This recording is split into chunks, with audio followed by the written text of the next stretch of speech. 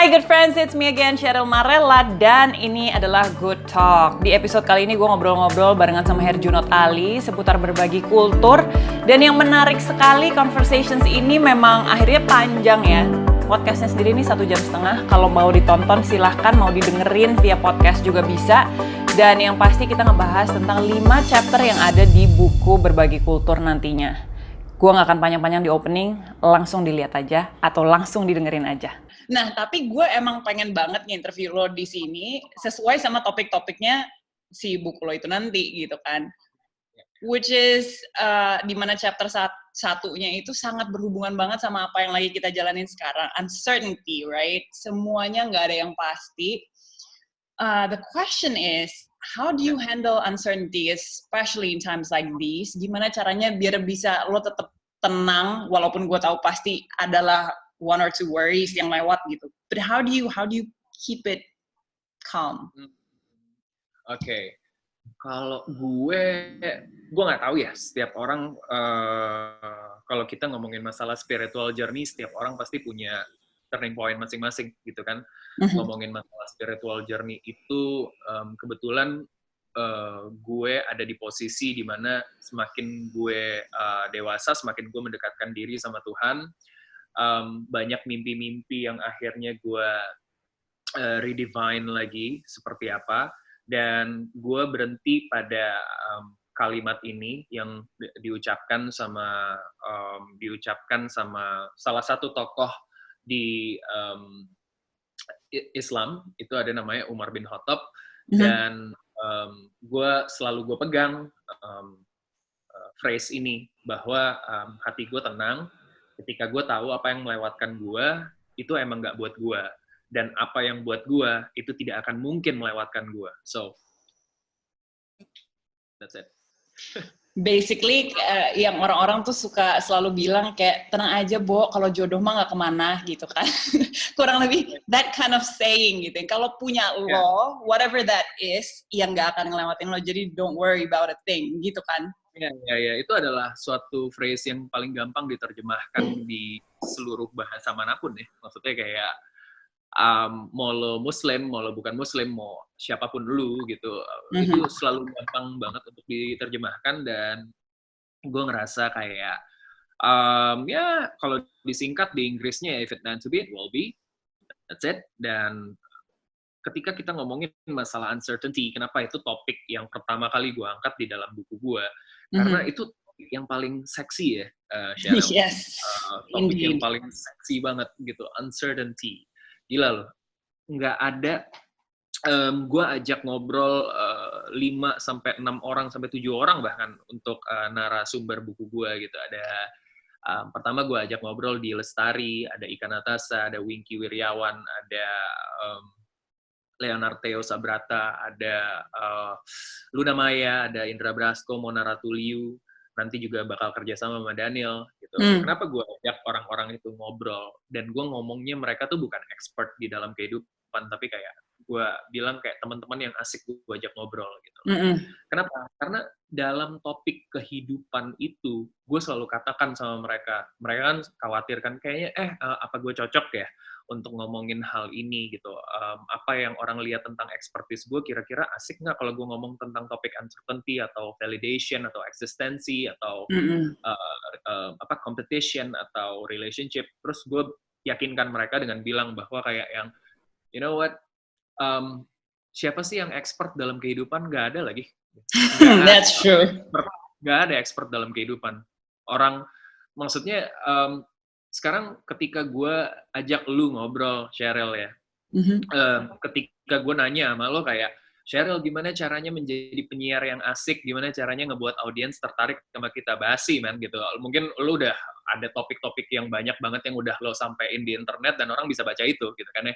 Tapi ketika gue nanya misalkan ke lo, Cheryl, how do you see life, gitu, gimana cara lo memandang, gimana caranya bikin pasta yang enak. Orang kan bisa ngelihat sisi lain dari lo dong, gimana cara lo melihat filosofi sebuah pasta gitu. Oh, pasta yang enak tuh nggak harus nggak cuma al dente doang, tapi lo harus tahu masaknya pakai hati. Nah, itu yang gue lakukan sama para narasumber gue. Gue bilang, untuk tahu apa expertise lo, udah nggak seru. Ngapain lo tahu di Lestari gimana caranya nulis gitu?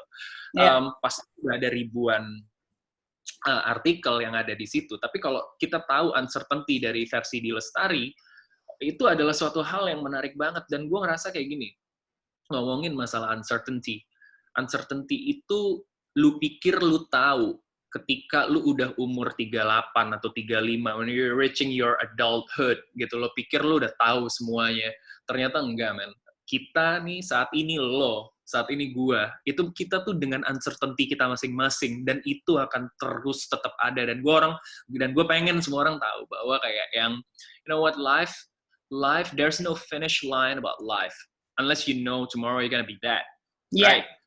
Life is a marathon gitu. Jadi kayak yang prepare for everything, terutama kayak sekarang, look at us right now. No matter how rich you are, no matter how whatever that you always being like entitled to your thing, right? Gitu.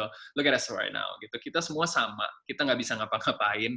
Kita terjebak dalam agenda ini. Jadi I think it's our time right now to redefining everything, especially how we see life itself and redefining what wealth means to us right now. Exactly. Dan kalau menurut gue pun, uncertainty itu has a lot of things to do with surrender, right? Kayak, you know, just like what you said gitu. Look at us right now, nggak ada yang bisa kita lakukan. There's a lot of things that we can do, tapi kita terjebak dalam situasi kayak gini, yang mana now all you can do is surrender. Kayak, right. All right, universe or God or whatever you believe gitu kan. Yeah.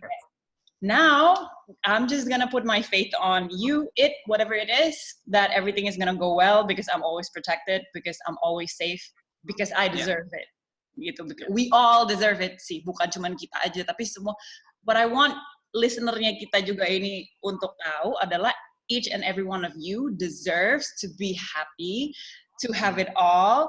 But then lo harus tahu gimana caranya surrender ini dia tadi juga di dalam hal-hal yang uncertain. Nggak harus pandemi sih, every day we face that juga kan. Iya. Sebenarnya. Karena penting buat kita tahu bahwa apapun yang terjadi saat ini, gue ngerasa manusia tuh penting untuk mereka.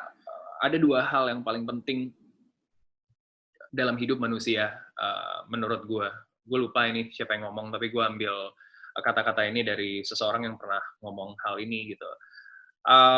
Dua hal itu adalah ketika dia dilahirkan, momen yang penting itu ketika dia dilahirkan dan ketika dia tahu kenapa dia dilahirkan. Purpose. Dan itu susah banget kan. Setiap orang tuh punya level genius masing-masing di suatu bidang tertentu.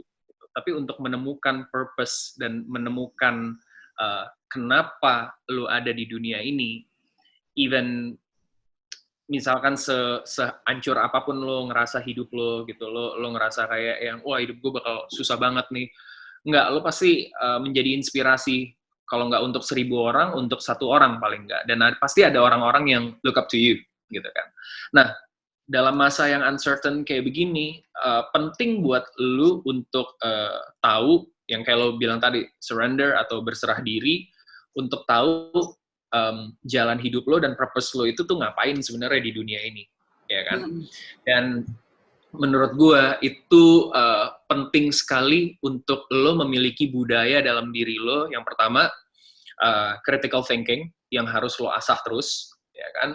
Terus yang kedua adalah bagaimana lo tetap keep the humility gitu, untuk ngerasa bahwa kayak the more you know, the more you don't know things.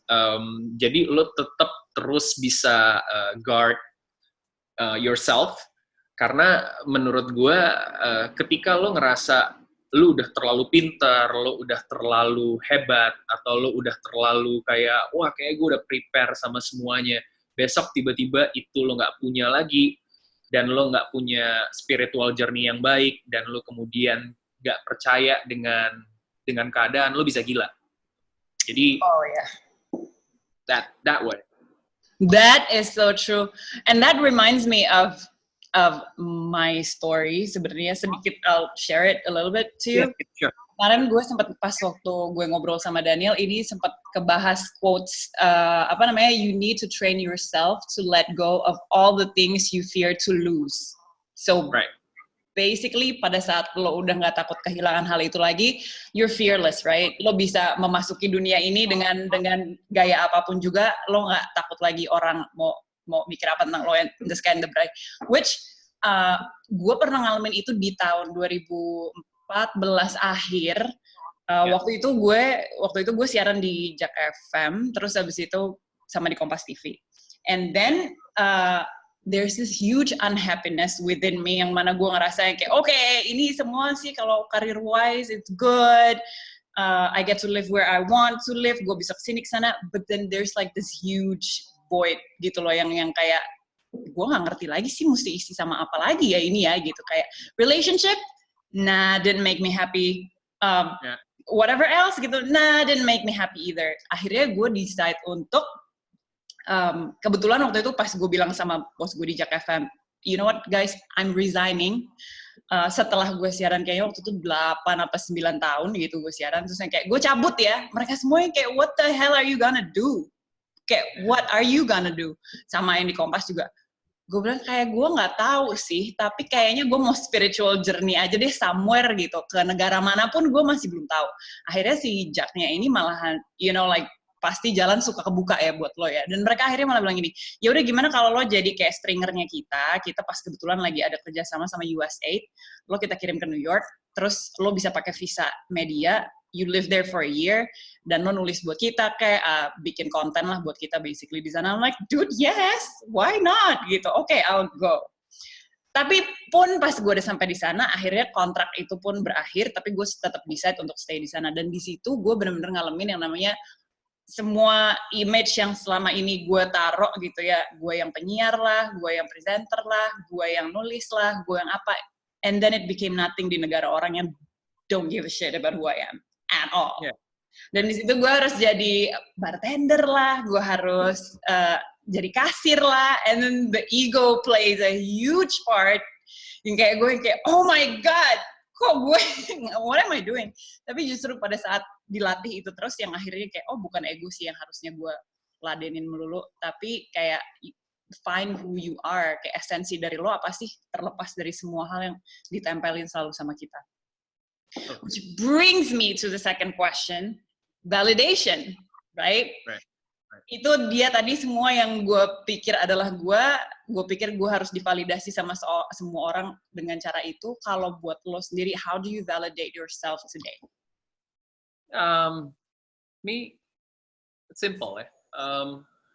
Zaman dulu pastinya setiap orang pengen memiliki validasi yang menurut gue artificial ya. Kayak lo harus punya ini untuk ini, lo harus ada di sini untuk begitu, lo harus diakui, lo harus ada di circle ini dan circle itu. Mereka harus tahu bahwa yang paling bahaya dari tumbuh kembang lo sebagai manusia itu adalah kebutuhan lo untuk fit in. Kebutuhan lo akan approval, itu yang paling bahaya menurut gue. Karena ketika lo berusaha untuk fit in-nya, lo ngerasa kayak ada validasi tertentu yang misleading, yang kemudian sebenarnya bukan itu yang lo cari, lo menjadi orang lain. Lo ada di suatu dunia yang kayak shit, actually I don't wanna be here. Kayak ngerti nggak sih lo, kayak yang ngapain ya gue kayak begini, itu yang pertama, ngapain kayak begini. Terus ngapain gue melakukan ini dan kenapa gue begini gitu. Oh, been there than that, ya. Kayaknya semua orang lah pasti kayak begitu gitu. Dan proses itu kan akhirnya ngebawa ke siapa kita sekarang gitu. Kayak gue ngelakuin hal yang gue nggak bangga juga zaman dulu gue lakuin, demi untuk diterima sama geng ini, diterima untuk geng itu, dan demi dianggap seperti ini sama orang itu. Sesimpel kayak apa ya, lu beli barang yang lo nggak butuh dengan duit yang lo nggak punya untuk mengimpress orang yang lo nggak suka gitu kan. Oh, that's a very good saying. Bener. Right? Dan menurut gue, validasi yang gue punya saat ini adalah gue udah bisa ngelihat segala hubungan hidup manusia itu tuh semuanya ROI, based on return on investment, gitu kan ya. Jadi gue udah nggak pernah baper, gue tahu value gue sebagai manusia. Gue nggak pernah ngerasa kayak, misalkan gue ketemu, dan ini juga yang gue sering katakan sama pegawai-pegawai gue, misalkan mereka curhat, Bang, kok gue ketemu yang si ini sombong ya, padahal dia sama itu nggak sombong gitu. Menurut gue gini, kalau lo pengen cepat move on, kehidupan itu, kalau kita ngomongin masalah validasi, bukan masalah kayak seberapa cepat lo sukses. Sukses itu tuh gampang, mendapatkan sesuatu tuh gampang, mempertahankan tuh susah. Gitu. Tapi yang paling susah itu adalah manusia dalam hal-hal validasi itu, how fast you bounce back. Karena itu adalah skill yang harus lo kembangkan terus gitu. Kalau lo udah jatuh dan lo kelama-lamaan jatuh berkutat akan di area-area validasi itu sendiri, itu menurut gue tuh lo nggak akan kemana-mana. Dan selama lo udah bisa menemukan diri lo kayak yang, kayak misalkan gini, gue mau berteman sama Cheryl. Seberusaha apapun gimana kita, setiap orang manusia itu kan punya agenda kan.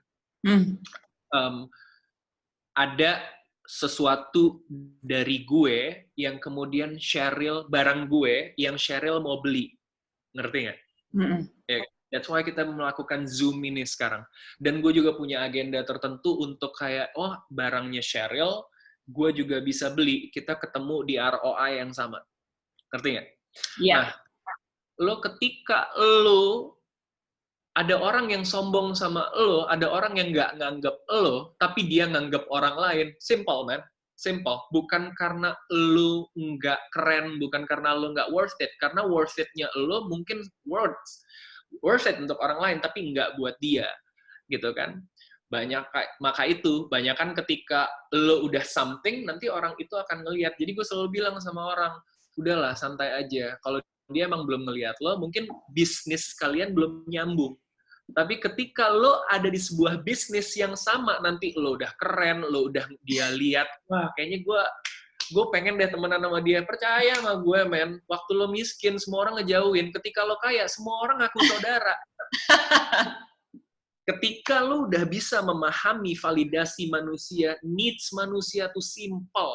Nah, ketika lo udah bisa mengerti needs manusia, maka lo akan masterize that kind of validation. Dan ketika lo udah ngelewatin masa itu, sense of approval, terus udah kayak gitu kebutuhan lo untuk fit in, and this is where I am right now. I know my worth, I know my value, dan gue udah nggak pernah baper lagi ngelihat hubungan antar manusia. Yes. Same frequency juga itu ya, jadinya yang penting ya, vibe sama frekuensinya nyambung, and that's why orang akhirnya nyambung satu sama lain juga. Ya. Dan lo nggak usah paksa. Exactly. Emang segala sesuatu katanya harus unfold naturally, and that is when it's good. Kalau misalnya harus dipaksain, berarti that's just not it gitu. Tapi apa yang lo bilangin tadi, knowing your worth, knowing your value, tahu lah ya nilai dirinya kita, gambaran dirinya kita, segala macam. For some people, that is not an easy thing. Itu bukan hal yang gampang gitu loh untuk tahu my worth and value. Pertanyaannya adalah gitu, apa cara yang paling gampang untuk mulai, gimana caranya kita untuk mulai ngasih value yang tepat buat diri kita, supaya kita juga, karena kan gimana pun juga kalau gue nge-value diri gue segini nih. Kalau ada orang yang ngomong sama gue terus dia ngerendahin gue, ya udah gue nggak akan, I know my worth, I know my value, gue nggak akan gubris lo lah istilahnya gitu kan. Tapi kan banyak orang yang masih belajar untuk itu. Now, what is the first thing yang mereka harus mulai lakukan, atau skill apa yang harus mulai mereka asah dari sekarang supaya mereka bisa mulai tahu value dirinya? Pertama gue harus bilang gini, lo pikirin, ketika lo kaya banget, lo harus ada satu pertanyaan kayak gini. ketika uang bukan lagi menjadi masalah, masihkah lo mengejar mimpi yang sama? Lo harus tanya itu ke diri lo. Kalau udah kaya banget nih, kalau udah tajir banget gitu ya, lo pengen gue pengen ngelakuin, lo nggak butuh duit dari situ, gue pengen banget jadi petani gitu, gue pengen banget jadi petani, kayak gue nih, mimpi terakhir gue adalah gue pengen punya sebuah galeri seni yang besar sekali dengan lukisan-lukisan yang gue suka. Gue buka galeri seni gue untuk semua orang untuk mengerti tentang art tanpa gue harus nge-boundary bahwa kayak, sorry ya, ini untuk kalangan-kalangan tertentu aja, misalkan kayak gitu. Lo kalau nggak ngerti seni, nggak usah masuk sini, atau gue cuman kayak kasih private showing untuk orang-orang deket aja, nggak gitu. Edukasi, kayak yang gue udah tahu purpose gue di dunia ini apa. Dan yang terakhir, gue pengen jadi florist, gitu loh. Gue pengen jadi, ya udah, gue suka sama bunga, ya kan. Nah, untuk menemukan what's your worth adalah lo harus tanya itu dulu ke diri lo. Kayak apa suatu hal di dunia ini yang ketika uang bukan jadi masalah, masihkah lo mengejar mimpi yang sama? Gitu. Ketika lo udah bisa menemukan itu, gue akan mengejar ini. Lo tekunin itu sampai 100%. Of course, in your adult life, you're gonna change your job until like, I don't know, 5 to 6 times maybe. Mungkin lo hari ini, ya sama kayak anak kecil lah, lo tanya gitu, mau jadi apa nanti gede? Oh iya, mau jadi pilot gitu kan, gede dikit mau jadi pemain bola, gede dikit lagi mau jadi presiden gitu kan. Nggak apa-apa. Tapi menurut gue, dari perubahan apapun yang lo nanti ganti, lo akan menemukan suatu benang merah. Kenapa lo berganti pekerjaan itu? Gue udah tahu benang merah gue adalah sosial dan art. Gitu kan, sosial dan art. Di situ lu temukan kembali gitu loh, mimpi lo temukan kembali semangat lo, baru lo tame diri lo. Karena maksud gue gini, ketika kita ngomongin hidup ya, dan untuk bisa survive, lo nggak cukup punya talent. Talent itu adalah sesuatu yang ngebuat lo lebih cepat untuk belajar, lebih cepat untuk bisa sesuatu. Apakah itu akan ngebuat lo ngejamin kesuksesan hidup lo? Enggak, belum tentu. Gitu. Yang lo butuh adalah skill set. Skill set itu lo dapet dari ribuan kali lo jatuh, jutaan kali lo dihina, lo bodoh amat, lo coba terus sampai itu jadi skill. Oke? Lo sering banget ngeliat orang-orang yang lo ketemu 10 tahun yang lalu gitu ya, lo tahu nih sahabat lo ini talented banget, gila. Fast learner, ya kan? Lo ketemu 10 tahun kemudian, lo lihat nggak jadi apa-apa. Yes. Itulah kenapa talent itu akan kalah sama orang yang sebenarnya nggak talented, tapi dia terus belajar, sampai akhirnya dia punya skill. Gue suka nulis, gue tuh pernah nulis sesuatu tentang belajar snowboard sebenarnya. Dan di belajar snowboard itu gue bilang bahwa kayak katanya anak kecil tuh lebih gampang untuk belajar, ya kan, daripada orang tua. Sementara gue belajar snowboard tuh pas udah tua, ya kan. Cepetan mana gue sama anak-anak kecil itu yang baru belajar gitu, ya cepetan gue kok gitu. Maksudnya anak-anak kecil itu terus belajar dan akhirnya bisa karena mereka fun ngelakuinnya, nothing to lose. Sementara kalau kita kan kayak yang wah banyak pikiran ini, banyak pikiran itu gitu. Untuk ngedapetin gimana caranya lo tahu value lo adalah kombinasi antara itu semua, passion sama work hard.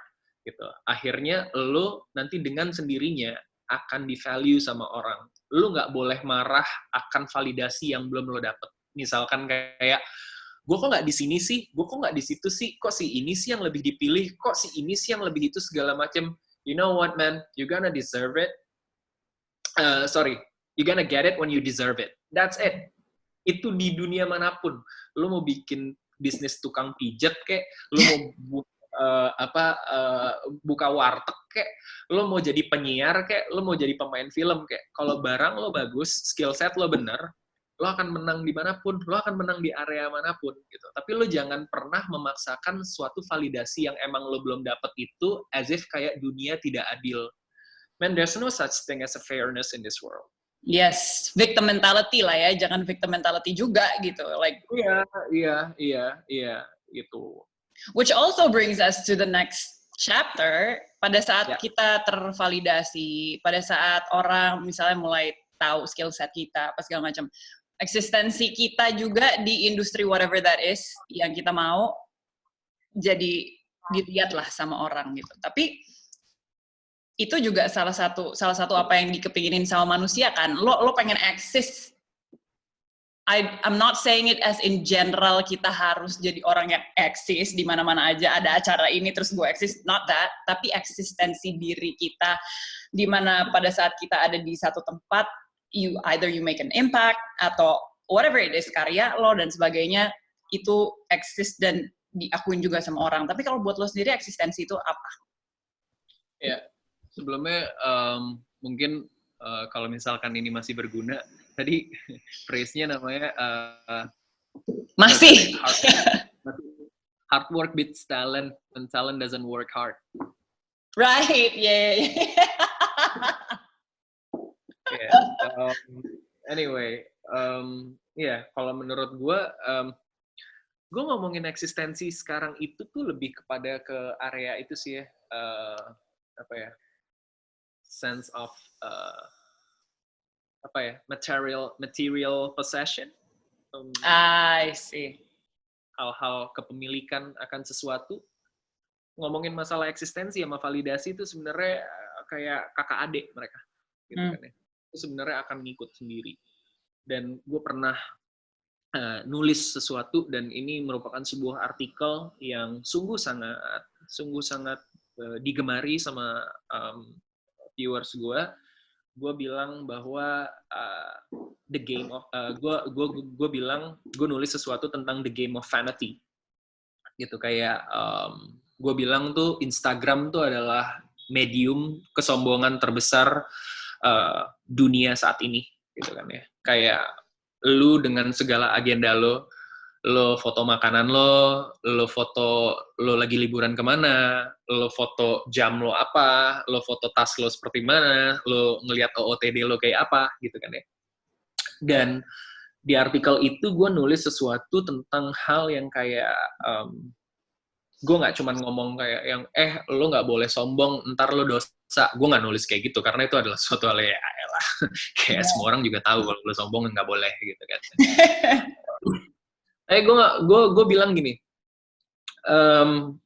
untuk segala hal yang lo punya, kadang gue misalkan mau meeting sama lo gitu kan ya, gue mau meeting sama lo kayak gue harus nge-impress Cheryl gitu dengan gue bawa mobil apa ya nanti yang bisa gue parkir di depan kafe yang nanti Cheryl bisa lihat gitu, atau enggak gue harus pakai jam ini ntar biar Cheryl kalau gue gini ntar Cheryl jamnya ini gitu. Nggak, soalnya gini ya, ngomongin masalah millennials gitu ya, kita kan millennials, ya kan? Yeah. 82 ke atas kan millennials kan?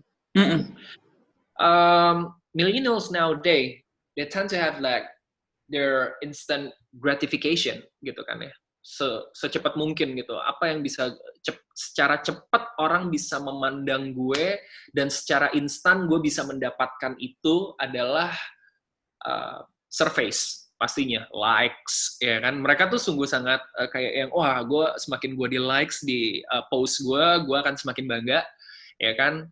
Baju yang gue pakai harganya berapa harga outfit lo, ibaratnya lo pakai baju apa itu adalah nilai dari diri lo, ya kan.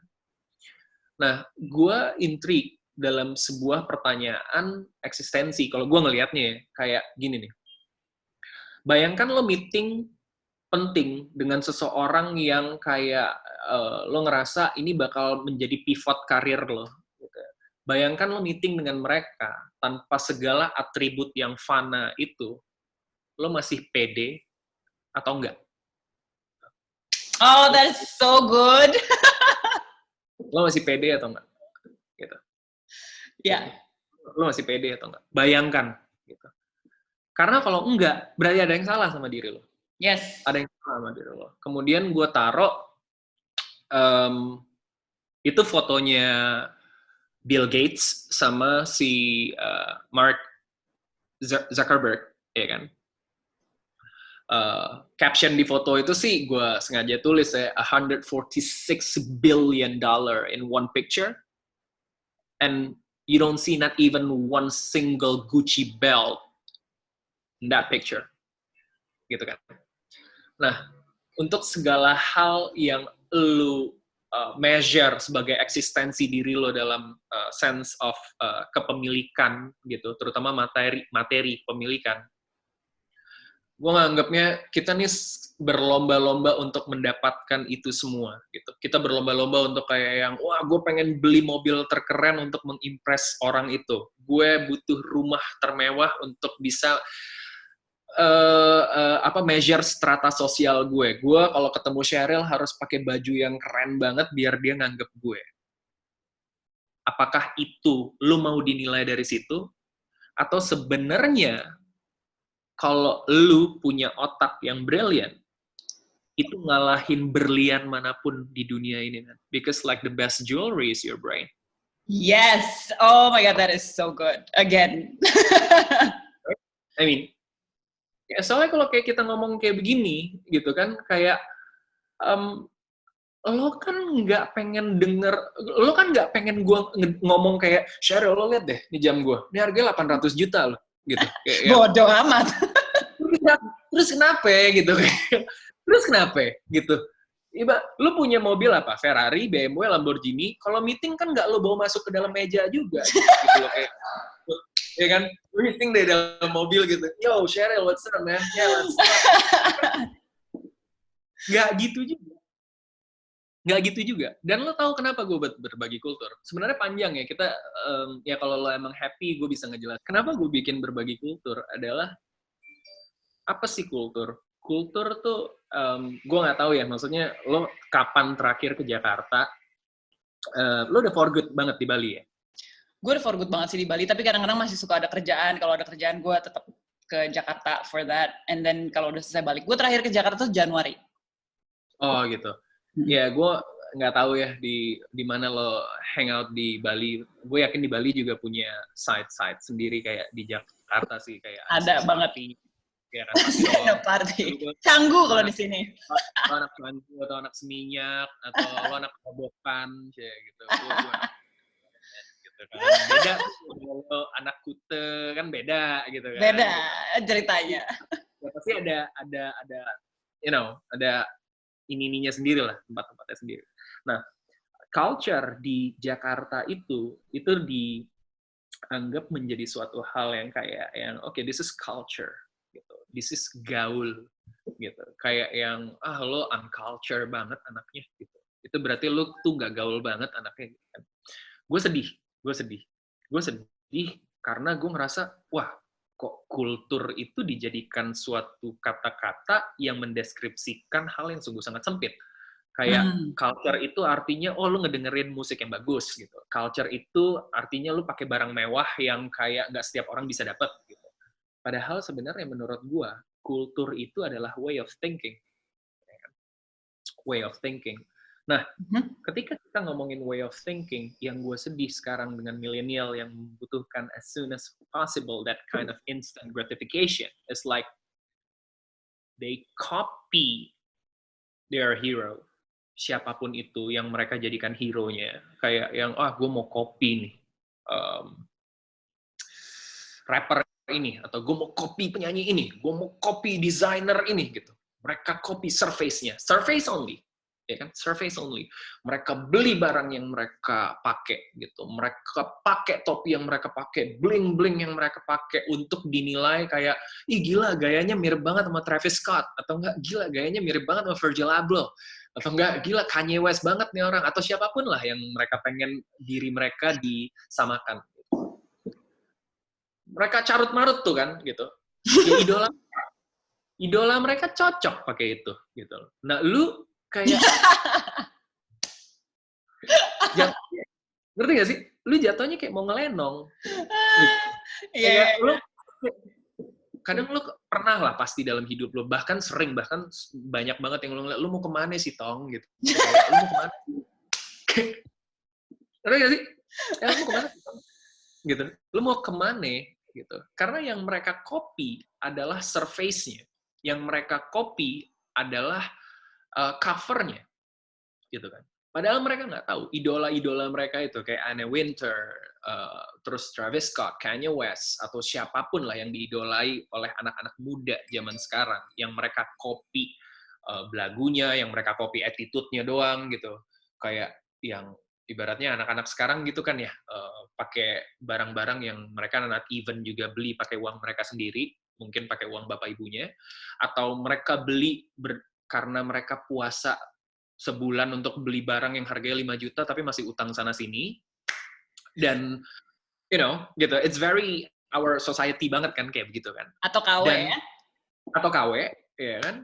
Terus udah kayak gitu, mereka copy attitude para pesohor-pesohor itu tanpa mereka tahu bahwa para pahlawan mereka yang mereka ingin coba mereka menjadi itu, ketika ditanya track record-nya, ketika ditanya validasi yang udah mereka dapatkan, mereka udah berada pada eksistensi level mereka itu jelas loh, proven mereka semua. Ya kan, artis Billboard, ya kan, terus mereka tajir, terus mereka udah dengan validasi mereka yang tidak dipaksakan, karena memang dunia sudah mengakui mereka, gitu kan. Nah, gue pengen intrik di berbagai kultur adalah ketika lo pengen copy idola lo itu, jangan lo copy surface-nya. Jangan lo copy apa yang ada di cover-nya, tapi lo copy way of thinking-nya. Gimana caranya mereka ada di sana dulu dengan hal-hal yang nantinya lo mau copy secara cover, surface, duit, itu semua ngikut. Kalau way of thinking-nya udah lo dapat dulu. Kalau lo emang pinter, uang tuh ngikut sendiri.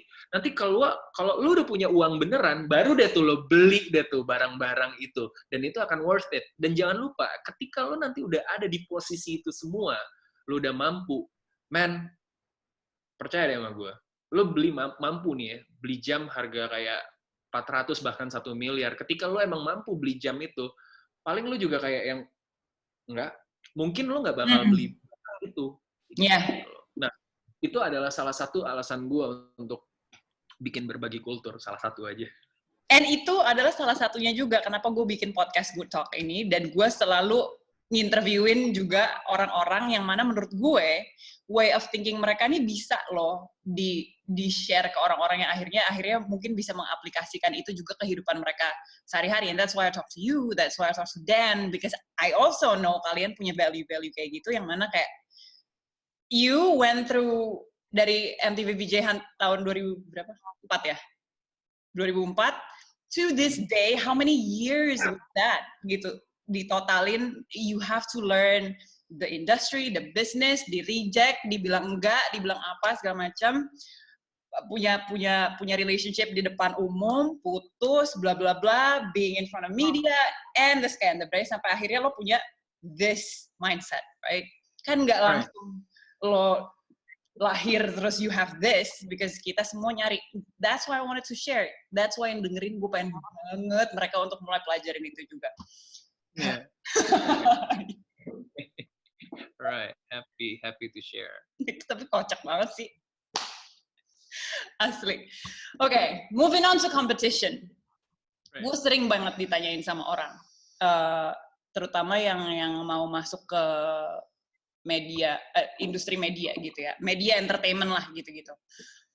Walaupun ini juga bisa di-apply sama semua industri, karena di setiap hari kita pasti punya kesempatan untuk ditolak sama orang gitu kan, dalam sesuatu whatever it is. Tapi banyak banget orang yang nanya sama gue, Kak, gimana sih caranya biar lo bisa akhirnya siaran gitu, misalnya di satu radio tertentu, atau gimana sih caranya supaya lo bisa akhirnya siaran di TV gitu, bla bla bla gitu kan.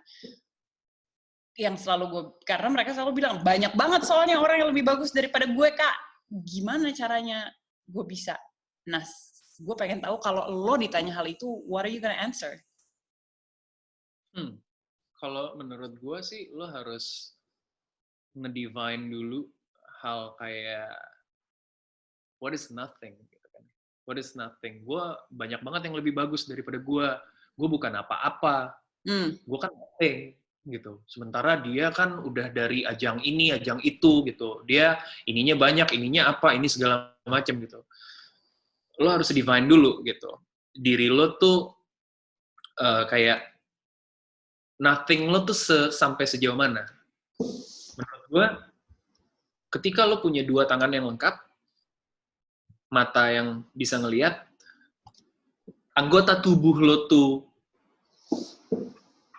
insya Allah dan alhamdulillahnya misalkan berfungsi dengan normal, lo udah jauh lebih beruntung dan kata-kata nothing itu berarti udah nggak ada dulu tuh.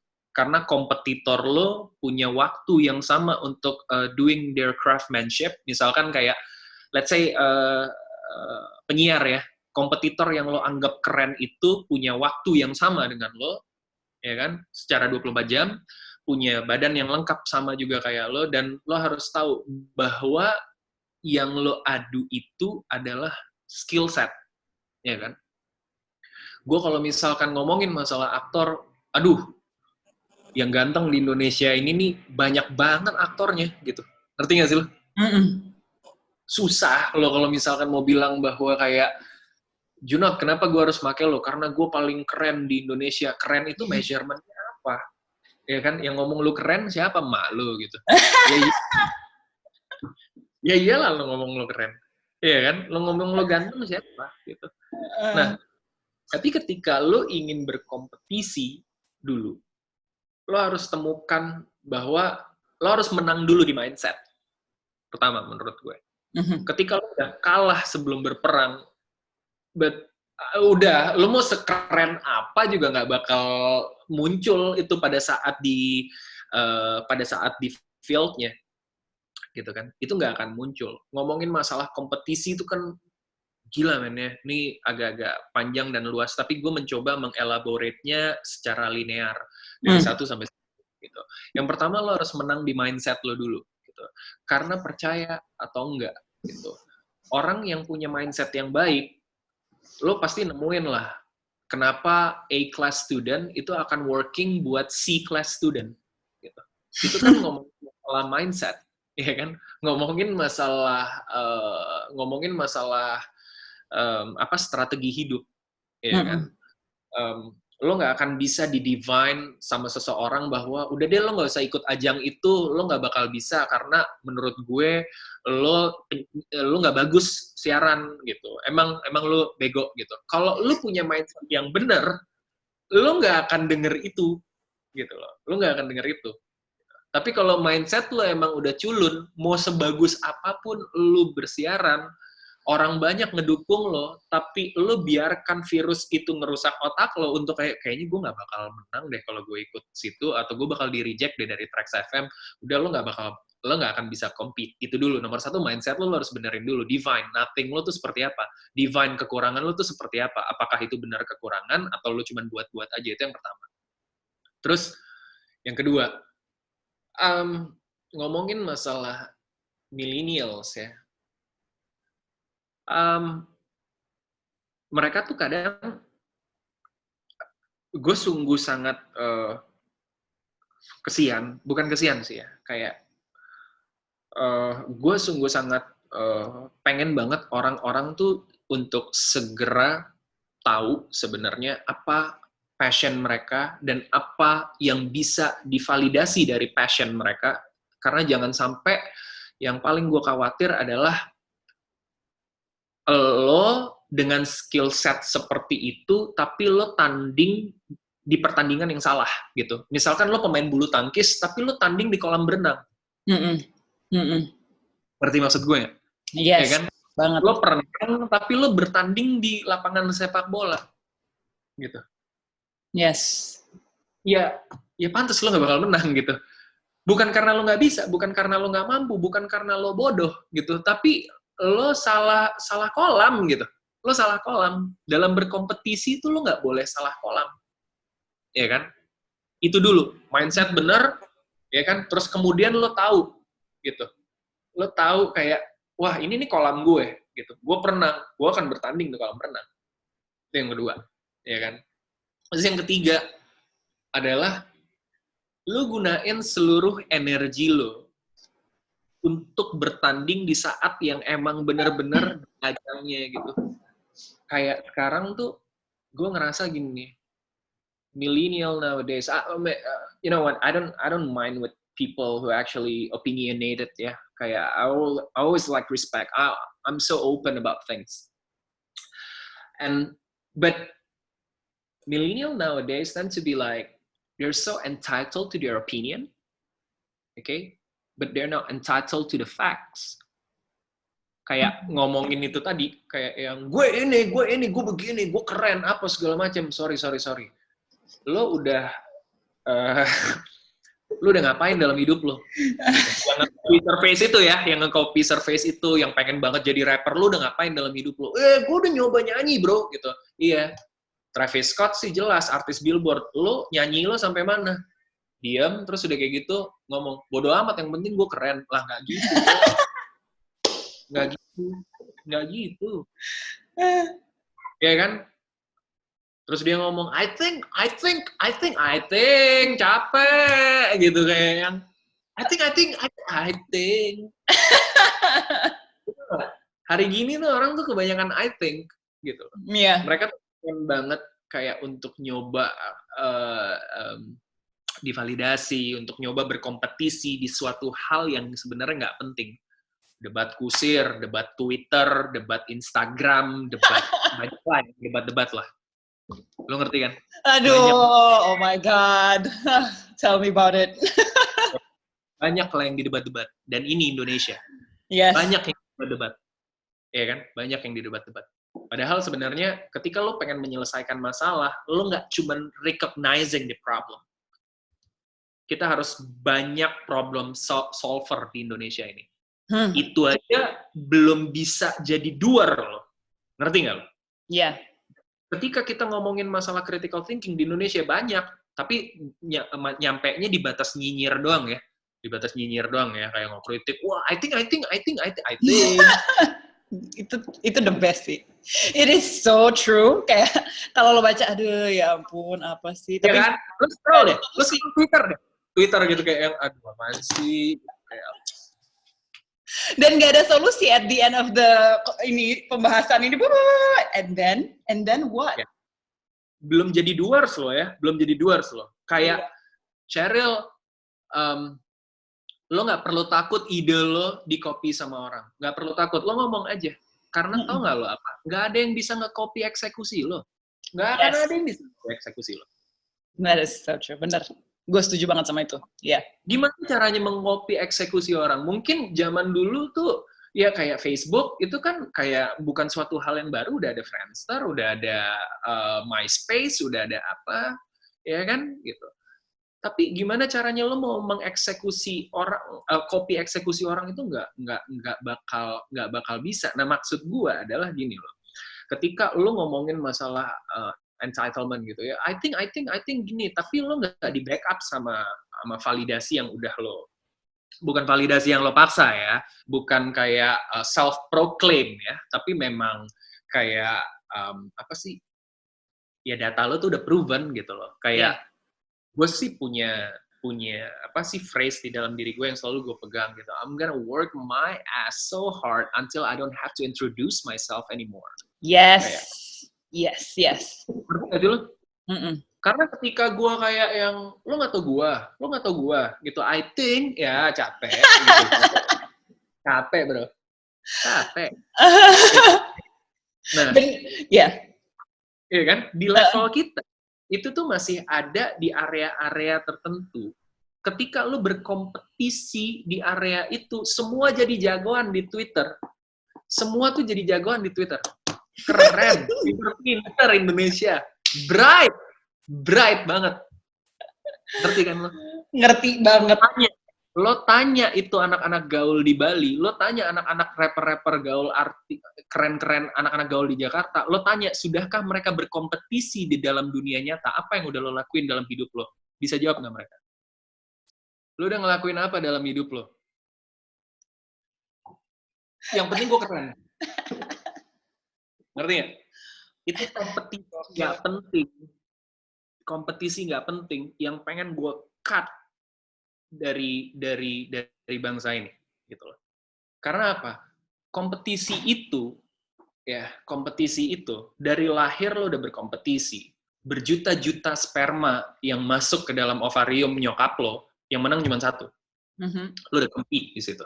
Ya kan? Lo masuk MRT, lo compete di situ. Lo di mana-mana, lo compete di situ. Nah, milenial sekarang ngomongin masalah kompetisi, itu tuh mereka kayak yang, gue sih sebenarnya gue nggak suka kompetisi orangnya, gue begini, padahal sebenarnya enggak, lo secara mindset lo udah nyerah duluan. Itu yang pertama, ya kan? Yang kedua, lo ngomong kayak, enggak sih, gue sih orangnya nggak suka kompetisi banget ya, tapi ngelihat ada orang yang menang, lo komplain. Iya, oh my god, iya, itu sering banget, ya. Lo ngerti gak sih, ngelihat ada orang yang menang, lo komplain. Gue kalau misalkan kayak ngelihat orang yang nggak punya jiwa kompetisi, kayak gue peluk lo, bener gue peluk kayak, oh my god, I envy you motherfucker. I envy you. Gila lo. Tapi abis itu, kalau lo kalah, kalau lo nggak dapet apa yang orang lain dapet, lo jangan komplain, tai. Gitu loh. Yes. Karena akhirnya lo jadi cuma bisa ngeritikin orang doang. Kok dia sih, dia kan gini. Okay, but have you done anything? Did you try? Have you? Lo kontribusi apa di dalam sini? Nggak ada juga sih, komplain aja. Ya kan? Nah, kompetisi terbesar kita itu tuh ada di batas itu doang tuh, Cheryl. Nah, gue bilang sama anak-anak gue selalu katakan sama orang, bahwa kayak orang Indonesia tuh doyan berkompetisi untuk sesuatu hal yang nggak penting. Tapi ketika mereka ditaruh di suatu posisi di mana, oke, ini field lo, ini gelanggang lo fight di sini, melempem pak semuanya. Udah, bertumbangan satu-satu. Oh enggak, kayaknya this is not for me deh. Enggak, kayaknya I don't like competition deh. Kayak lo di suatu ajang yang nggak penting lo jago banget. Ngerti nggak? Ngerti nggak maksud gue? Ketika seharusnya lo real fight, doing the real fight, lo tempe gitu loh. Ngerti nggak? Iya. Itu yang ngebuat gue tuh ngerasa kayak yang, man, you know what, gitu. Lo simpan energi lo, gitu. Kompetisi itu harus. Kompetisi to growth. Jangan lo anggap kompetisi itu nantinya, gue gak suka bersinggungan. Kenapa? Nanti gue bakal musuhan sama orang. Nanti gue bakal dimusuhin sama orang. Man, how can you please everyone? Gak akan mungkin. Lo diomongin sama orang, udah pasti. Ya kan? Lo ibaratnya dibenci sama orang, lo gak usah explain diri lo. Gue gak pernah explain diri gue sama siapapun. Karena ketika gue explain diri gue, kayak, Not, lo kenapa begini? Iya, karena gue begini. Berarti kita emang gak nyambung. Gue sama orang itu emang gak nyambung. Tapi kayak gue sama lo, kita ngobrol kayak kita ada di frekuensi yang sama, gue gak perlu ngejelasin apapun, karena kita akan klik sendirinya dengan otomatis. Yes. You know? Yes. Yeah. I think that's the competition for me. Kalau lu udah bisa ngelihat penjelasan gue dari 1 sampai yang terakhir tadi, lu akan menang di field manapun, gue rasa. Exactly. Gue tuh juga ada. Jadi gue punya satu grup ceritanya nih. Ini anak-anak pada pengen belajar broadcasting ceritanya kan. Gue taruh aja di satu grup yang sama.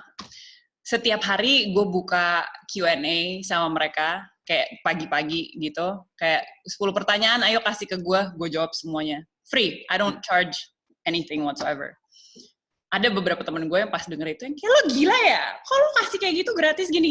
Nanti kalau mereka jadi lebih ini daripada lo gimana? Nanti kalau tiba-tiba, Bo, tenang aja, Bo. Gak apa-apa, kalau misalnya mereka jadi bagus, gue bangga. Kalau terus gue harus kompetisi sama mereka nantinya, well, we're gonna compete in a very healthy way, and that's totally fine. Kalau mereka yang dapet tuh, they deserve it.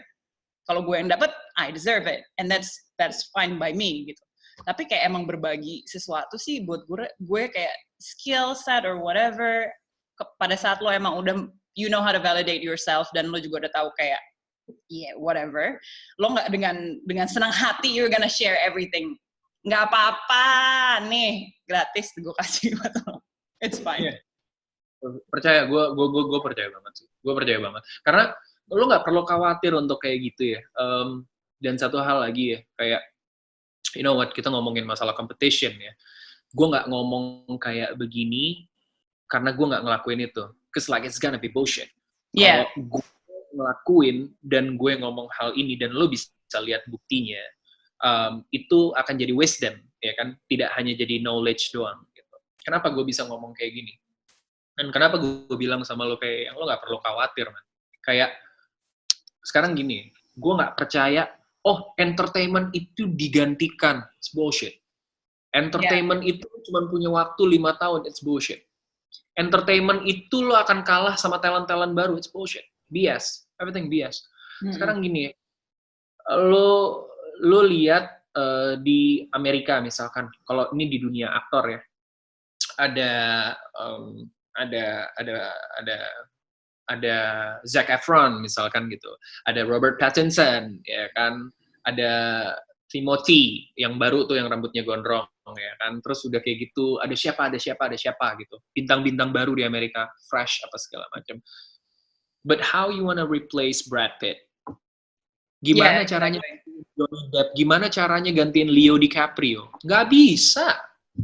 Mau gimana caranya lu gantiin mereka, legend-legend itu? Di dunia presenting misalkan, oke, ada Tyra Banks, oke, ada siapa. Lu gimana caranya mau gantiin Ellen?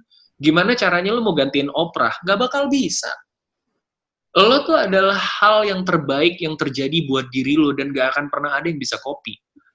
Dan ketika, ya kan? Dan ketika lo selalu ngerasa bahwa lo pengen compete gitu, me di Indonesia ya, and I compete with the kayak a youngster, you know, kayak anak-anak umur 18, 19, I'm still here. Dan itu adalah kompetisi yang gue rasa paling sehat, dan kayak lo tadi bilang, bahwa kayak yang, kalau emang ada orang yang bisa ngalahin gue, at least gue udah ngelakuin yang terbaik, dan gue nggak ngerasa apa yang gue share ke dia, itu bakal balik ke gue untuk nyerang gue, enggak.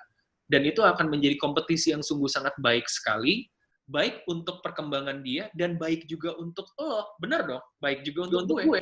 Dan dari semua hal yang tadi udah kita bahas, kayak when you know your value, your self-worth, lo udah, ini kan stages di kehidupan setiap orang kan, pasti lo mencari validasi dulu ke diri lo sendiri, eksistensi lo, terus abis itu how you surrender everything, how you have faith in life, blah blah blah, and then there's relationship in all of these gitu, relationship with your friends, relationship with yourself duluan gitu, which is the most important thing, relationship with your God, and then relationship as in relationship romantic gitu. Gue selalu menemukan banyak banget orang yang cerita sama gue, karena gue ada satu podcast lagi di mana di situ gue bener-bener ngebahas tentang mental health kan. Nah di situ banyak banget tuh orang-orang yang suka nanya yang kayak how do I gimana caranya sih gue bisa memulai relationship tapi yang healthy, karena banyak orang yang stuck akhirnya di relationship yang chaos banget, yang toxic banget, tapi lo nggak berani keluar dari situ gitu.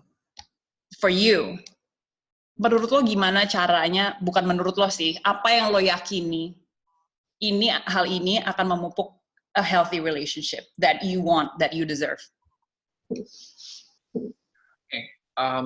Kalau gue ya, yang pertama, kenapa gue bikin relationship itu karena gue pengen menyelamatkan, bahasanya kalau menyelamatkan terkesan terlalu gimana banget ya.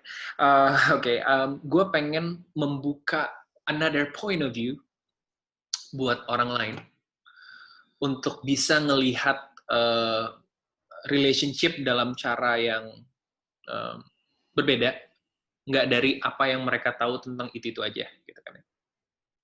Ngomongin masalah ini gitu ya, tentang ini kan kayak buzzwords yang paling enak banget ya didengar ya, toxic relationship. Gila, hubungan gue tuh toxic banget.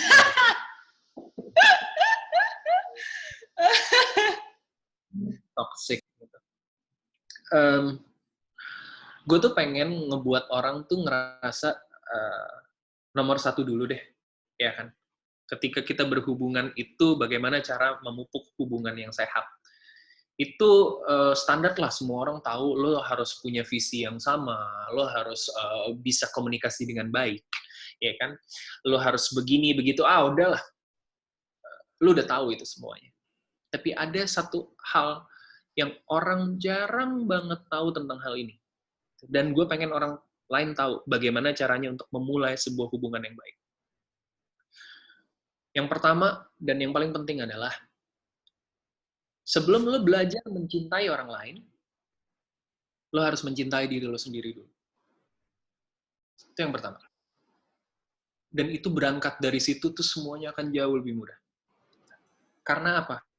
Gue, Cheryl, gue sekarang saat ini mungkin gue nggak official bersama seseorang. Karena di umur gue sekarang, ketika gue official, memang gue berarti sudah tentukan gue akan menikah dengan dia, ya kan?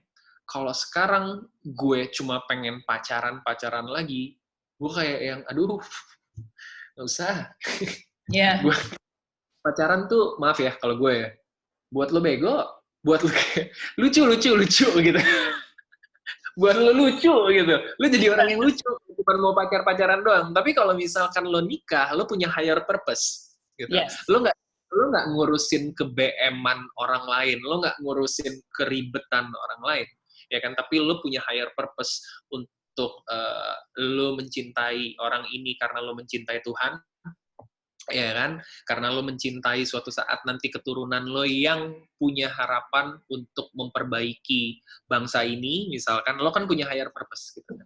Tapi kalau misalkan ada orang yang saat ini mau berhubungan dan kemudian nanya, gimana caranya kita punya hubungan yang baik? Pertama, sebelum lo mencintai orang lain, lo harus cintai diri lo sendiri. Itu yang pertama.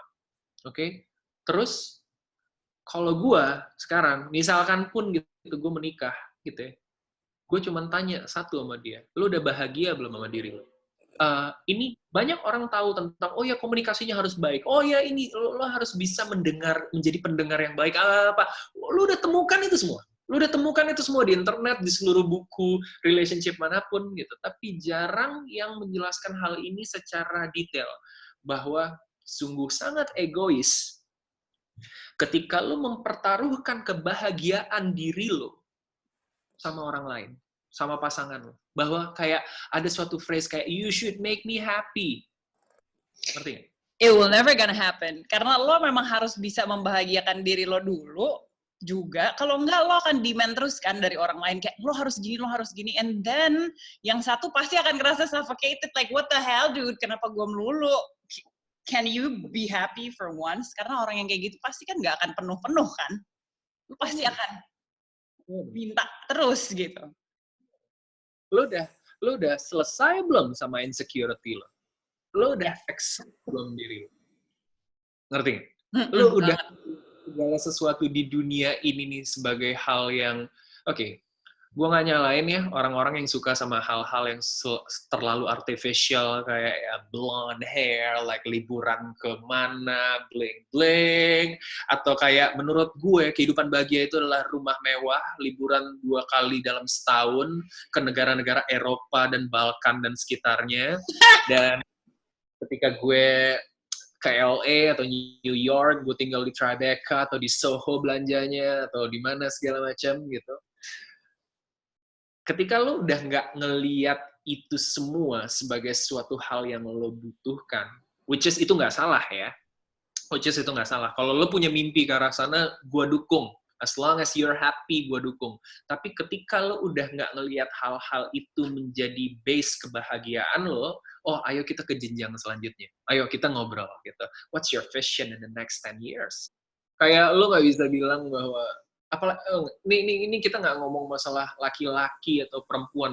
Kayak laki-laki secure juga banyak lah. Banyak laki-laki yang kayak yang bisa ribut sama pasangannya cuman gara-gara, wah aku ketakutan sendiri gitu loh. Dan ini kita ngomong manusia itu basic needs manusia.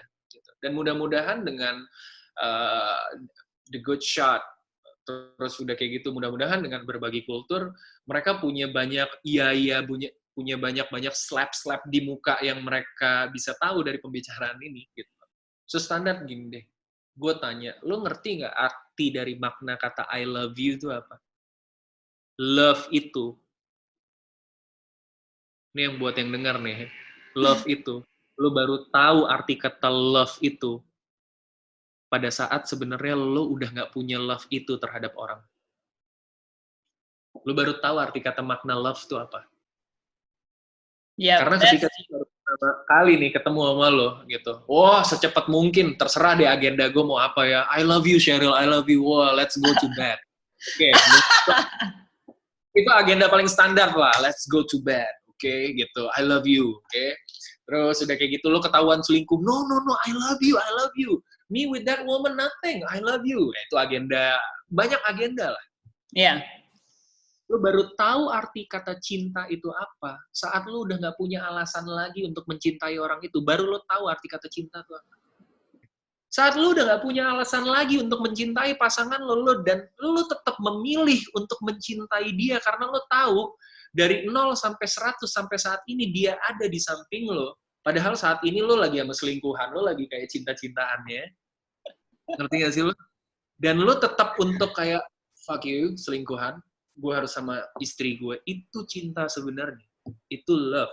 Lo udah gak punya alasan lagi untuk mencintai dia, tapi lo tetap memilih untuk mencintai dia. Gitu. Itu kan gak diajarin, Cheryl, di internet. Yang mereka itu kayak love tuh, yang sering orang salah dalam mengartikan kata cinta adalah lust. Gitu. Itu yang mereka nggak bisa bedain. Ini ada kalimat bagus banget dari temen gue namanya, yang main film bareng sama gue, namanya Indra Brasko. Lo tau nggak, orang tuh pada saat mereka nikah, banyak banget orang yang pada akhirnya cerai gitu, karena sebenarnya mereka cuma nunggu waktu. Kenapa tuh mas? Iya, karena banyak orang yang cuma mau mempertahankan, tapi mereka tidak mau memelihara. Dan apalagi sekarang ngomongin masalah pernikahan ya. Pernikahan tuh adalah ngomongin masalah validasi terbesar orang Indonesia. Gitu. Orang Indonesia itu kan cuma satu kan. Lo lahir, kemudian lo wisuda, abis wisuda orang tua lo pengen ngeliat lo nikah. Ya kan? Itu tuh mandatory banget gitu kan. Dan terkadang orang tuh ketika ditanya bahwa, oh lo udah nikah atau belum? Gitu. Selalu kayak begitu. Dan itu pertanyaan yang sungguh sangat casual ya. Ya, you live in New York. I mean, that's a very sensitive question for you. Are you married? Like, kalau lo nggak deket-deket banget kan, nggak mungkin lo nanya kayak gitu di sana gitu loh. Ngerti nggak sih lo? Kayak yang Indo tuh banyak banget kayak ice breaking goblok menurut gue yang kayak ngerti nggak sih lo? Kayak yang Cheryl ya ampun, kok lo gendut sekarang gitu lo? Kok lo gendut sekarang? Kok lo kurus sekarang? Terus udah kayak gitu, ya terutama ini buat cewek ya. Lo tahu kan cewek kalau misalkan lagi kulitnya nggak bener ya, it's just human gitu kan, kulitnya perawatan. Lo butuh waktu berapa lama untuk akhirnya dia berani untuk ya udah gue decide keluar deh sekarang, terus tiba-tiba ada orang kayak terus, ih gila jadi gede banget jerawat lo gitu kan. Iya, itu nyebelin banget sih, but they do it here. They do. Iya kan? Gue juga pernah tuh ngomongin tentang basa-basi goblok orang Indonesia, judulnya ya, basa-basi goblok. Yang kayak insensitif banget untuk hal-hal yang kayak gitu. Termasuk sama hal-hal yang kayak nikah gitu kan. Kayak di Indonesia, sayangnya nikah adalah suatu jalan di mana ketika lu nggak tahu lagi validasi apa yang mau lu dapatkan dalam hidup lo misalkan kayak belum mau kerja, belum mau apa, oh ngapain ya udah nikah aja dulu gitu. Waduh, gila. Iya. Bener. Lo ngerti kenapa bule tuh pengen kayak umur 41 atau umur 45 aja nikah? Karena mereka pengen selesaiin dulu tuh tes mereka dalam kehidupan, mereka pengen dulu kayak mereka settle dalam kehidupan, terus udah kayak gitu mereka baru membentuk sebuah keluarga. Ketika hal-hal yang dalam tanda kutip duniawi itu, uang, financial statement, terus segala hal yang bisa mendukung pernikahan yang langgeng itu diselesaikan dulu sama mereka, baru mereka nikah. Kalau di Indonesia kayak yang udahlah lihat nanti aja yuk nikah, ini sebulan 2 bulan cerai gitu kan aneh. Yes, dan apalagi kita yang perempuan di Indonesia tuh kayaknya bagian ini jadi hal yang jadi momok banget gitu kan, nikah sama punya anak tuh kayak wow man, like oh my god, get off my air, why do you have to like, apalagi kayak gue sama lo mungkin tahunnya kurang lebih sama lah ya, gue lahir 83 kan. Terus, and I'm still single. Dan I decided that bukan karena apa, karena I realized gue sempat ada di kayak 2 kali long term relationship kayak 5 tahun yang dua-duanya akhirnya putus. And then I realized dari 2 kali itu patternnya tuh ada di gue. Pattern yang membuat it didn't work out was on me gitu. Dan itu pas gue menyadari itu adalah oke. Berarti kan gue harus belajar dulu lagi tentang diri gue. Kenapa sih gue ada satu pattern ini? Kayak di bagian mananya ini yang bisa gue rewrite lagi, mindset gue harus dibenerin lagi, di-rewired lagi, terus gue juga belajar lagi tentang value-nya gue apa, how do I value orang lain juga, how do I love myself, how do I make myself happy tanpa harus minta sama orang lain untuk kayak, kalau lo nggak nelfon gue nggak happy, awas ya. Kalau nggak balas message gue, I'm not happy, gitu. Kayak gara-gara lo, gue bete seharian, gue nggak bisa siaran. Kan nggak? I cannot do that thing, gitu. Dan itu tuh ternyata belajar lagi. Dan gue justru malah sekarang jadi kayak, I'm so glad I'm single. Because if I did marry my exes, gue pasti udah cerai sekarang. Nggak mungkin. Asli, gue pas menyadari itu, gue, oh my God. Iya juga ya. Oke, kalau misalkan ini emang kerekam dan orang bisa nonton ini, gue pengen banget sih orang nonton. Kerekam kok masih. Gue pengen banget sih orang nonton bagian dari A sampai Z yang lo jelasin tadi. Bahwa sebenarnya, since you already open up about this ya, gitu. Gila men, berapa banyak perempuan yang tidak menyadari flaws itu terhadap diri mereka, misalkan gitu. Tapi ini kita ngomonginnya karena lo dari sisi lo ya, misalkan dari sisi lo udah ngomong sendiri kan, itu lo akui kan. Iya, gue mengakui itu. Gue validasi juga gitu. Kenapa gue harus kayak bener-bener share sama perempuan yang ibaratnya akan menjadi pasangan gue nanti. Aduh Sheryl, lo ngerti kan kalau misalkan lo tuh lagi PMS. Lo ngerti kayak ibaratnya kayak luar lo nanya pendapat gue gitu kayak bagus nggak? Bagus kok. Gitu. Tuh kamu gitu sih nggak serius orangnya gitu loh.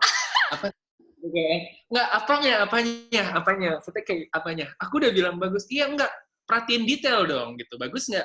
Bagus gitu. Yaudah deh, bete misalkan gitu.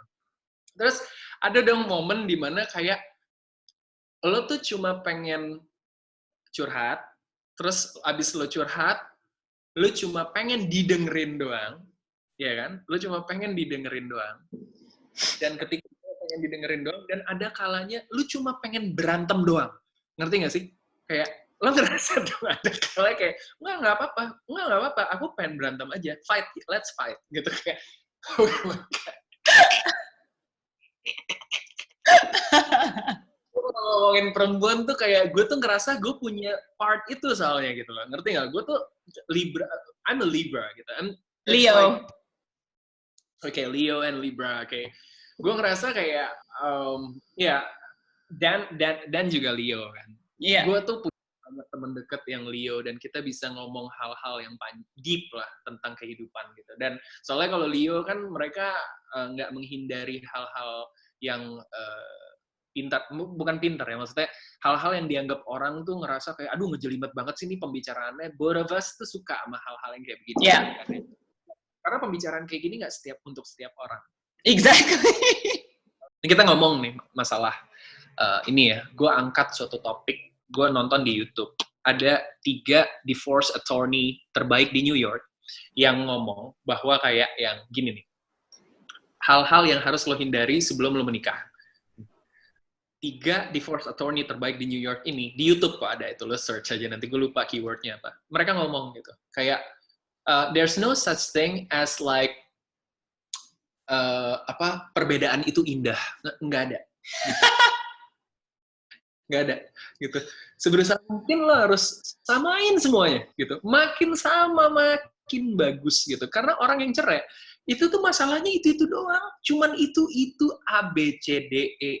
Itu aja gitu. Dan gue ngerasa ketika ada orang misalkan kayak lo yang bisa ngomong bahwa iya gue tuh tahu sekarang flaws gue. Kalau gue paksa nikah waktu itu with one of my exes, that's it man. Mungkin gue sekarang udah cerai. Nah, gak banyak loh orang tuh yang bisa tahu flaws mereka. Kadang mereka aja masih nyari. Oh iya, ini mungkin mumpung nih ya, lagi ngomongin masalah mental health gitu. Mudah-mudahan kita berdua adalah orang-orang yang sudah bisa definisikan siapa diri kita, mungkin karena juga journey kita sudah sampai sini. Kenapa gue ngebuat berbagi kultur? Karena gue cuma pengen ngekritik kayak critical thinking orang gitu. Kayak agenda utama gue saat ini adalah untuk ngomong how to find truth in an age without fact. How to find truth in the midst of chaos information. Karena sekarang gue ngerasa kayak gini nih. Ngomongin masalah mental health, ngomongin masalah apa segala macam. Kayak gue ngomong sama lo gitu. Di tengah-tengah informasi yang ruwet yang banyak ini, lo bisa temukan informasi apapun khusus untuk mendukung apa yang lo pengen cari, khusus untuk mendukung ego lo, khusus untuk mendukung apa yang lo pengen agendakan. Ya kan? Tapi bagaimana mencari kebenaran sejati di area itu? Di area ya kan? Sekarang kayak gue nih, gue pengen curhat sama lo, Cheryl. Gue tuh benci banget sama hidup gue. Gue tuh begini. Kemudian lo dengan pengalaman hidup lo mencoba untuk menenangkan gue. Lo mencoba untuk kayak, Not, lo tuh gak boleh gitu. Lo tuh lo harus gini. Lo tuh worth it, Not. Banyak yang sayang sama lo. Oke? No agenda. Lo emang sayang sama gue. That's it. Lo sayang sama gue. Terus kemudian gue ngamuk nih. Gitu, kayak yang, gitu, gue bilang, kok Cheryl gini sih? Gue tuh lagi pengen destruktifnya, gitu loh. Ngerti gak sih lo? Gue tuh lagi pengen kayak, lo ngerti gak sih? Gitu. I know the feeling, yes. Oke, kita gak boleh sih ngomongin dia, because like, we've been there than that. Tapi we've been there, ya. Area sekarang itu lebih parah. Zaman dulu, kita bisa lulus sekolah tanpa Google, gitu. Area kita dulu ya. Gitu ya, kita jarang banget kan punya akses instant gratification, kita bebas nyari apapun gitu. Lo kalau zaman dulu mau nyari internet, lo harus connect ke internet telepon lo, tau gak? Iya. Gitu. Maksudnya zaman dulu tuh internet tuh adalah suatu hal yang kayak fancy. Kalau sekarang kan kayak gila lo, cuman kayak begini doang lo udah bisa dapat informasi. Ya. Gue lagi pengen destruktifnya, terus gue cari, ini Cheryl nih, atau you're my friend, gitu kan. Kalau nggak supportive sama gue cari, ketemulah gue sebuah kalimat phrase gitu, this is Cheryl, I can't believe you did that to me, you're doing toxic positivity, gila.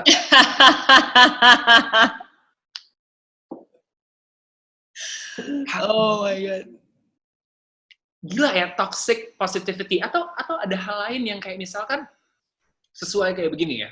Kayak, oke, ini cuma jadi contoh aja ya, tapi nggak untuk kita jadi, gue takutnya, lu vegan nggak? Gue menuju ke sana sih, gue masih makan ikan. Gue nggak apa-apa, gue plant-based, gue vegan kok. Gitu. Iya. Gue akan ke sana, tujuannya sih ke sana.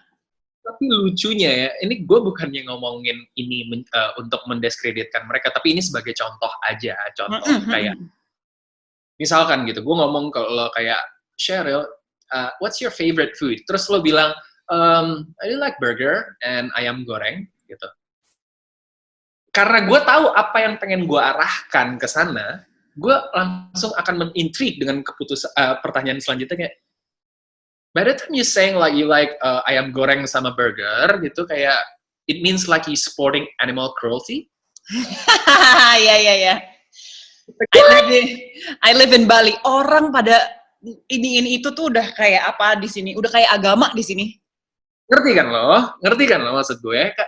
Dan sekarang tuh dengan that kind of instant gratification, lo dengan apa yang lo rasa, zaman dulu kita tumbuh kembang dengan nilai-nilai, di mana kita tuh tahu apa artinya bersyukur, tahu apa artinya move on, tahu apa artinya fight, tahu apa artinya, ngerti gak sih lo kayak gitu. Dan sekarang, how to find truth in an age without fact, how to find truth in the midst of chaos information. Lo dengan depresi lo kemudian Google, tik, oh my god, kayaknya gue bipolar deh. Yeah. Oh my god, kayaknya gue kena mental illness deh. Oh, fuck, gue kena mental illness, man. Gila, loh. Pantes gue ngerasain ini. You know what? Orang sekolah bertahun-tahun, 7 tahun, 8 tahun, untuk bisa jadi dokter. Dan kemudian, lu tanpa tes. Tiba-tiba, oh my god, gue ini loh. Lu tanpa berobat, terus udah kayak gitu, lu self-proclaim bahwa gue tuh bipolar. Gue nih kena mental illness. Gila. Dan lu bangga. Dan lu tahu dengan lu mengungkapkan itu, lu banyak banget mendapatkan attention, that instant gratification, itulah yang terjadi sama bangsa ini. Gitu. Kenapa gue buat berbagi kultur? Untuk kayak, men, zaman sekarang itu tuh jahat banget loh. Kalau lo nggak bener-bener prepare diri lo sama zaman ini, lo bakal jadi orang gila. Beneran. Oh my god, that's so true. Lo bakal jadi orang gila. Kalau lo nggak punya prinsip, lo nggak punya prinsip, lo nyari apapun di internet, itu semua informasinya ada. Yes. Semua informasinya ada. Dan gue ngerasa bahwa orang-orang kayak kita, gue nggak pengen dianggap kayak, wah gila ya, hebat ya mereka, Cheryl tuh, misalkan Cheryl pinter, Junot juga begini, knowledgeable, apa segala macam. Gue nggak pernah ngerasa ada orang bodoh atau ada orang pinter. Yang ada tuh cuma ada orang well-informed sama orang uninformed. That's it. Yeah. And in this age, lo bisa banget nyari informasi itu literally everywhere. Tinggal memang iya sih, in the middle of this chaos, lo emang harus pinter-pinter juga untuk memilah dan memilih ini informasi yang tepat, bagus buat gue apa enggak. Kalau ini gue baca dan gue telah lebih lanjut, bikin gue happy apa enggak. Gue tuh selalu sekarang nanya kayak gitu sih. Gue baca artikel apa gitu. Kalau baru paragraf pertama gue rasa pengen marah, udah deh gue gak usah baca deh gitu. Point of view orang Indonesia, itu biasanya mereka dapat dari hal yang sempit banget. Gitu kan, dari 2 hal doang. Kearifan lokal, apa yang mereka tahu dari leluhur orang tua mereka, apa yang mereka sampaikan ke anak-anak mereka, sama yang kedua dari agama. Which is menurut gue nggak salah. Karena hal yang paling utama, yang paling kita kenal adalah pembelajaran kita dalam keluarga dulu kan. Dari bokap nyokap, kita dikasih tahu apa, pertama kali. Ya kan? Yang kedua, itu dari agama. Ya kan? Agama mengajarkan apa, ya itu yang lo serap. Tapi menurut gue, kenapa gue pengen orang baca buku ini? Kenapa gue nggak pengen ini sebagai Bible. Gue nggak pengen ini sebagai hal yang kayak yang you should do this, you should do that. No. Gitu. Menurut gue ini harus berada pada open-ending question. Kayak, hey, just read this, and it's all up to you. Gitu. At least gue mau memberikan a new paradigm. Gitu, a new paradigm, akan menjadi sesuatu hal yang menarik ketika lu bisa memberikan value-value yang benar, yang kemudian bisa menumbuhkan kepercayaan diri, yang bisa menumbuhkan harapan kepada generasi berikutnya, ya kan? Dan mereka bisa tumbuh kembang dengan point of view yang baik. Karena ketika lo mempersiapkan generasi berikutnya akan suatu point of view yang salah, maka lo akan mempersiapkan loop berikutnya di generasi bawah, akan generasi bawah lagi, akan ke generasi bawah itu. Rantai itu harus diputus. Karena kalau lo berhasil dalam sebuah kehidupan, lo akan mempersiapkan kayak, hey, you know what? Do something that you love. Gitu, make some impact to this world. Despite of kalau lo punya kehidupan yang gak baik, lo akan mempersiapkan itu dengan bahasa yang berbeda. Kayak yang, udah deh, kamu gak usah ngejar impian kamu deh, gak bakal berhasil. Dan lo mematikan harapan orang lain. Ya. Lo kan emas yang mungkin nantinya akan menjadi gue nggak tahu, berguna buat banyak orang, cahaya yang akan menerangi banyak orang, lo nggak akan pernah tahu. Tapi ketika lo punya point of view yang baik, itu yang nantinya gue ingin selamatkan di generasi-generasi berikutnya. Exactly. Supaya mereka nggak fear projecting lagi ya ke generasi berikutnya, which is what our parents probably kind of did to us, tapi kita akhirnya found our own way juga gitu kan untuk bisa mengenali diri kita sendiri yang at the end of the day you're doing this, I'm doing this for that cause gitu akhirnya gitu kan. Again, kenapa juga gue bilang kayak tadi, oh ya I choose to be single right now karena ya itu dia tadi, setelah gue akhirnya udah mempelajari value gue dan sebagainya, gue juga punya value lain dong di relationship, yang what I want in a man juga berubah sama what I wanted in a man like 5 years ago, totally completely different. Dan gue pun juga pengen yang kayak if anything I want to be with somebody dengan value yang sama supaya kita sama-sama nggak ngulangin si loop ini to our children and the next generation gitu. Dan I hope orang berani untuk kayak gitu. Ya, gue cuma berharap bahwa semakin banyak lagi orang-orang yang berani berbicara seperti kita, yang berani berpikir seperti kita, dan menganggap hal-hal ini bukan lagi hal yang tabu dan kayak, lu ngomong apaan sih berdua, kagak ngerti gue, gitu. Kayak ibaratnya kayak, udah deh gak usah ngomongin, hidup tuh dijalanin aja, enggak gitu men. Gitu, kayak. Wow. Iya ya, pembicaraan kita deep ya jadinya hari ini. Gitu. Begitulah Ibu. Yeah, and that's great. Thank you so much loh, by the way. Like I'm so happy with this outcome. Ya. Gue juga seneng sih. Maksudnya, lo pernah tinggal di New York setahun. Gue juga pernah setahun di London. Kita punya referensi yang banyak tentang apa yang kita harapkan. Kenapa nggak ini sih yang terjadi buat Indonesia? Indonesia tuh harusnya begini. Indonesia harusnya begini, begitu. Kita tuh nggak kekurangan orang pintar, tuh kita nggak kekurangan. Ya, lo lihatlah di Twitter tuh banyak banget orang pintar. Sarcastic. Gitu kan? Tapi maksud gue, untuk mempersiapkan, kayak, gue nggak tahu ya, lo sejauh mana lo ngelihat K-pop, Hallyu kind of thing, gitu ya. Kalau gue sih, I'm not a big fan of K-pop, gitu, tapi gue kagum sama manifesto yang diciptakan oleh pemerintah mereka, untuk bisa mereka menuju ke sana. Yeah.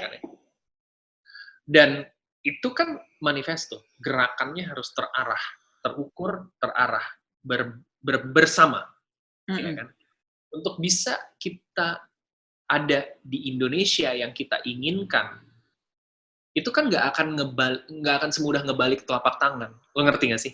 Kayak yang lo apapun lah yang lo harapkan tentang Indonesia yang lo dapat dari luar, misalkan kayak, aduh gue pengen di Indonesia suatu saat punya ini, punya ini segala macam. Kita mampu nggak? Mampu sebenarnya. Tapi sekarang gue berharap dengan adanya apa yang gue lakukan untuk negara ini, gue berharap apa yang gue harapkan tentang Indonesia, yang gue pengen, yang bisa terjadi 50-60 tahun lagi, itu gue pengen bypass jadi 10-20 tahun lagi. Mudah-mudahan. Mudah-mudahan. Dengan gue intrik cara berpikirnya, dengan gue nanti punya program apa lagi, dengan gue nanti punya program ini, program apa. Karena, ya itu tadi sih, sekarang kan kita udah nyaman ya, kita kayak nyaman banget loh sama kehidupan kayak begini, udah terlalu nyaman, dan harusnya sih kita nggak boleh senyaman itu gitu. Kalau emang kita pengen masuk ke area-area tertentu yang membuat kita bisa berkompetisi sama dunia.